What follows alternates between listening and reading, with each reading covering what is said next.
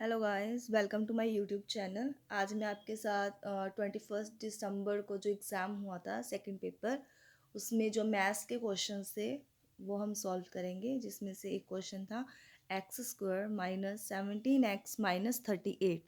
Okay, तो इसको हमने क्या करना था, फैक्टराइज करना था। फैक्टराइज कैसे होगा, जैसे कि x square minus 17x minus 38। Okay, जैसे कि आपको पता है कि दो नंबर ऐसे लेने हैं जिसको प्लस या माइनस करने में 17 आए और मल्टीप्लाई करने में 38 आए।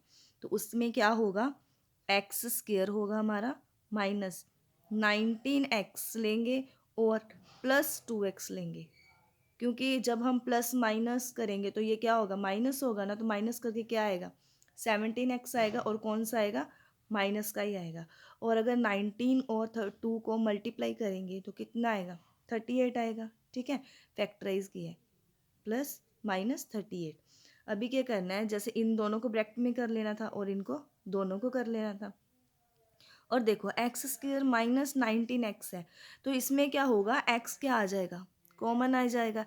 तो x माइनस 19 पीछे रह गया। ओके, देन प्लस, देखो 2x माइनस 38, अगर इसमें से कॉमन निकाले, हमको पता है 19 टू ज़ा 38 होता है, इट मीन्स 2 इसमें कॉमन आ सकता है, तो 2 इसमें कॉमन आ जाएगा। तो पीछे क्या रह गया, x माइनस 19। और फैक्टराइजेशन में जैसे कि एक रूल होता है कि ये जो ब्रैकेट में स्टेटमेंट होती है ये दोनों सेम होनी चाहिए। अगर सेम है तो हम श्योर हो जाते हैं कि हमारा जो सम है बिल्कुल सही है। ओके, देन हमने क्या करना है, x+2 को ऐसे लिख लेना है और ये जैसे कॉमन जैसे लिख लेना है। तो कितना आएगा, x माइनस 19। तो हमारे पास आंसर क्या आया, x+2 और x माइनस 19। और ये देखो कौन सी ऑप्शन है, फर्स्ट वाली ऑप्शन है, एज इट इज़ आंसर है। तो इसका फर्स्ट ऑप्शन जो था इसका आंसर था। Clear. Now second sum is 8x plus 33 equal to 25 plus 17x। देखो इसमें क्या लिखा है कि वैल्यू फाइंड करनी है x³ प्लस 2 की। इसका मतलब हमारे पास क्या होना चाहिए, सबसे पहले x की वैल्यू होनी चाहिए। तो x की वैल्यू कहाँ से आएगी, यहाँ से। तो क्या आएगा, 8x plus 33 equal to 25 plus 17x। ठीक है, तो हमने क्या करना है, जो x वाली स्टेटमेंट है उनको मैं एक तरफ कर लेती हूँ। ठीक है, जैसे ऐसा करते हैं, 33 सिंपल वाली वैल्यू इसी तरफ कर लेती हूँ, 33 माइनस 25 इक्वल टू 17x को इधर ही रहने देते हैं। और देखो ये प्लस की वैल्यू उधर जाके क्या हो जानी थी, माइनस हो जानी थी। ठीक है, और 33 में जब आप 25 माइनस करेंगे तो कितना आएगा, 8 आएगा। और 17 में जब 8 जाएंगे तो कितना आएगा, 9x आएगा। तो हमें यहाँ से क्या मिल जाएगा, आपको पता ही है जो वैल्यू मल्टीप्लाई में होती है इधर आके डिवाइड हो जाएगी। तो हमारे पास क्या आएगा, 8/9। तो x की वैल्यू कितनी आ गई हमारे पास, 8/9 आ गई ना। अब इसको हम ले लेंगे, यहाँ पे पुट आउट कर देंगे। देखो x की वैल्यू हमारे पास कितनी आ गई, 8/9। Now x³ plus 2। तो हमारे पास x की वैल्यू कितनी थी, 8/9³ प्लस 2। जब इनका क्यूब सॉल्व करेंगे, 8 8 ज़ा 64, 64 को 8 के साथ मल्टीप्लाई कितन करेंगे तो कितना आएगा, 512। अगर 9 का क्यूब करेंगे तो वो हमारे पास आएगा 729 प्लस 2/1। तो अब क्या लेंगे, हम इसका एलसीएम ले लेंगे, क्रॉस मल्टीप्लाई करना है वो कर लो, लेकिन हम एलसीएम ले लेते हैं। 729 512 प्लस, जब 729 को 2 के साथ मल्टीप्लाई करेंगे 1450 1458 इतना आ जाएगा। ठीक है, अभी हमने क्या करना है, 51241458 इसको हम क्या कर देंगे, ऐड कर देंगे। जब इसको ऐड करेंगे तो हमारे पास कितना आ जाएगा, ऐड करने के बाद आएगा 1970। और नीचे क्या पड़ा है हमारे पास, 729। और इसके साथ कौन सा आंसर मैच हो रहा है, ऑब्वियसली सेकंड आंसर। तो करेक्ट ऑप्शन क्या होगा, 2 होगा ना। Okay, clear. Now third sum is,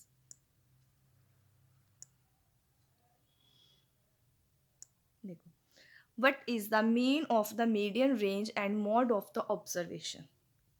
statement देखो क्या है कि हमने तीन चीज़ों को फाइंड करना है। एक तो मीडियन फाइंड करेंगे सबसे पहले, फिर रेंज निकालेंगे, फिर मोड निकालेंगे, और फिर क्या होगा, इन तीनों का हमने क्या निकालना है, मीन निकालना है। ओके। रेंज तो देखो, रेंज को अगर पता ही आपको, जैसे highest value minus lowest value. Okay, तो हाईएस्ट वैल्यू इसमें क्या है 30, और लोएस्ट वैल्यू कितनी है हमारे पास 3, तो माइनस करके कितना आ गया 27। तो रेंज हमारे पास कितनी आ गई, रेंज हमारे पास कितनी आ गई है 27। ओके। नाउ अब हम इसका क्या निकाल लेते हैं, मीडियन। अब देखो, जब भी मीडियन निकालना है, मोड निकालना है, तो सबसे पहले क्या करना है, ये जो आपको सीरीज दी हुई है ना, इसको आपने ऑर्डर में ले लेना है। जैसे 3 आ जाएगा पहले, फिर आएगा 9, 11, 12, 16, 18, 18 के बाद क्या है 19, 19 के बाद क्या आ रहा है हमारे पास, 19 टू टाइम आ रहा है। ओके, और 25 और 30। ठीक है। मीडियन, ये तो वैसे ही क्लियर है कि मीडियन मतलब क्या होता है, मिड होता है। ठीक है। अगर ओड नंबर होता तो हमने जो मिडल में वैल्यू आनी थी वो ले लेनी थी, लेकिन इसमें क्या करना है, हमारे पास मिडल में 2 वैल्यूज़ आ रही थी। मिडल में आ रही थी एक तो 16 और 18, इन दोनों को क्या करना था, ऐड करना था और 2 के साथ डिवाइड कर देना था, जिसके साथ हमारे पास मीडियन कितना आ जाएगा 17। मीडियन कितना आ गया 17। और उसके बाद हमने क्या निकालना है, मोड। मोड तो सबसे इजी है, जैसे हम बोलते हैं कि जो वैल्यू सबसे ज़्यादा बार आती है वो मोड होता है। ठीक है, तो इसमें ज़्यादा बार कौन सी वैल्यू आ रही है, ऑब्वियसली 19 आ रही है, 2 टाइम आई है, सभी सिंगल सिंगल टाइम है, लेकिन जो 19 है वो आपके पास 2 टाइम आया है। तो मोड क्या हो गया हमारे पास इज़ 19। ओके, तो देखो अब क्या करना है, तीनों वैल्यू आ गई हमारे पास। उसने क्या बोला था कि आपने क्या निकालना है, मीन निकालना है। किसका मीन निकालना है, इन तीनों चीज़ों का। ठीक है, तो मीन क्या होता है कि जो भी हमारे पास वैल्यू पड़ी है उन सबको क्या कर दो, ऐड कर दो, और वो टोटल वैल्यूज़ कितनी है, 3 वैल्यूज़ है इस करके, इसलिए क्या आएगा नीचे 3 आ जाएगा। ठीक है, तो इनको ऐड करेंगे, ऐड करने के बाद आएगा 63 ओवर क्या है 3, जब आप कैंसिल करेंगे तो कितना आ गया 21। तो right answer is 21। Clear. Now next sum is,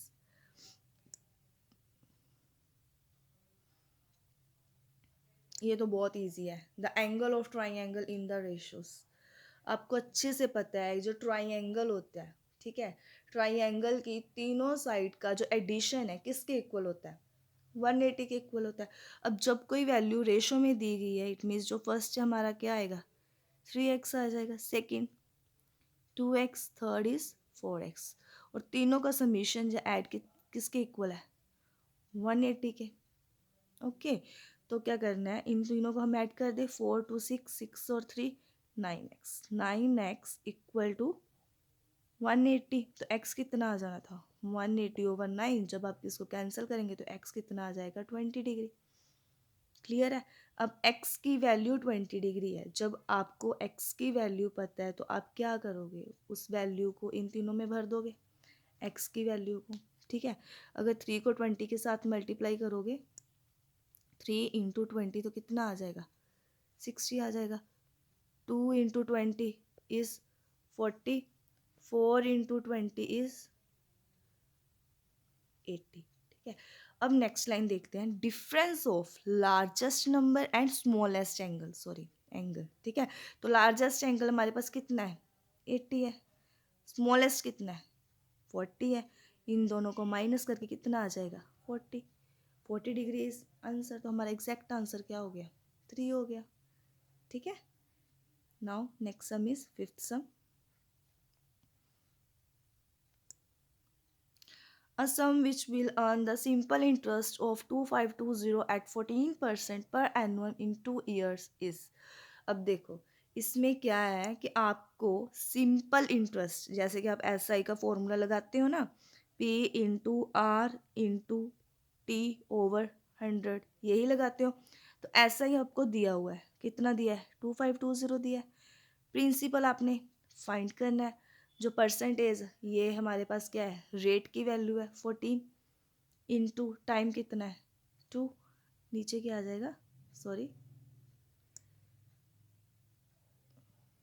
नीचे क्या आ जाएगा 100 आ जाएगा। क्लियर है।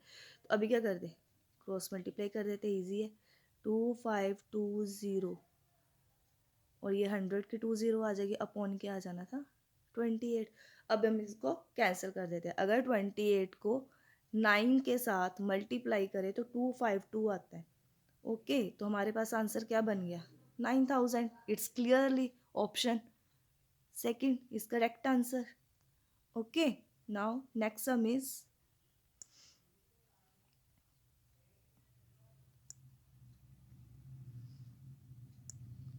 -45 मल्टीप्लाई 109।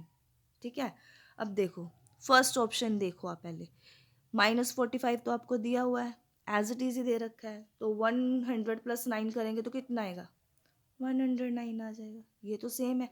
उसने क्या बोला है, नॉट द सेम। इनमें से कौन सी ऑप्शन है जो इसके साथ मैच नहीं कर रही, फर्स्ट वाली तो हो गई, ये मैच कर रही है। नेक्स्ट वाली देखो सेकंड ऑप्शन, -40 आपको पता है माइनस माइनस प्लस, तो ये क्या आएगा -40 आ जाएगा, सॉरी 45 आ जाएगा इनटू 105, ये भी मैच होगी। अब थर्ड देखते हैं, -45 इंटू 9 प्लस -45 इंटू 100। देखो -45 तो दोनों में आ रहा है, इट मीन्स हम इसको कॉमन निकाल सकते हैं। कॉमन निकालने के बाद पीछे क्या रह जाता है 9 रह जाता है, और दूसरी ब्रैकेट में +100 रह जाता है। ठीक है, -45 आपको पता है इसमें से कोई साइन ना हो जिसमें वो क्या हो जाता है मल्टीप्लाई हो जाता है, तो 9 + 100 कितना आ गया 109 आ गया। ओके, अब देखो हम तीनों ही सही है, इसका मतलब कौन सा आंसर नहीं सही इसमें, फोर्थ ऑप्शन नहीं सही, तो इसका आंसर क्या हो जाएगा फोर्थ हो जाएगा। इसका राइट ऑप्शन क्या हो जाएगा 4 हो जाएगा, क्योंकि जो फोर्थ स्टेटमेंट है वो इनकरेक्ट है, वो हमारी स्टेटमेंट के साथ मैच नहीं कर रही, तो हमारा सही ऑप्शन क्या हो गया फोर्थ हो गया। Okay, now next sum is, sorry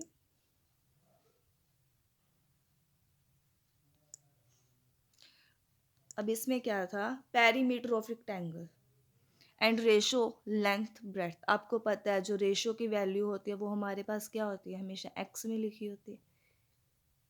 ठीक है, पर ऐसा भी होता है जो लेंथ ब्रेथ दी है, the area of rectangle, area of rectangle हमने फाइंड करना है।